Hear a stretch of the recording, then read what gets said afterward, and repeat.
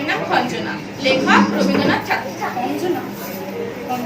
আমরা দুজন একটি গায়ে থাকি, সেই আমাদের একটি মাত্র সুর। তাদের কাছে গাইছে দোয়েল পাখি, তাহার গানে আমার নাচে বুক। তাহার দুটি পালন করা ভেড়া চড়ে যখন মোদের বটমূলে, যদি ভাঙে আমার ক্ষেতের বেড়া, বলে তাহারে নেই তাহারে পড়ে। আমাদের এই গ্রামের নামটি খঞ্জনা, আমাদের এই নদীর নামটি অঞ্জনা।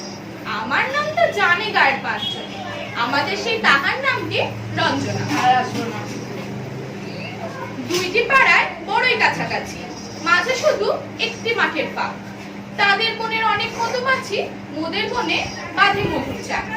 তাদের ঘাটে পূজার জবা মালা, ভেসে আসে মোদের বাধা কাটে।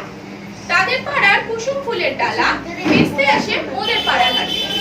আমাদের এই গ্রামের নামটি খঞ্জনা, আমাদের এই নদীর নামটি অঞ্জনা।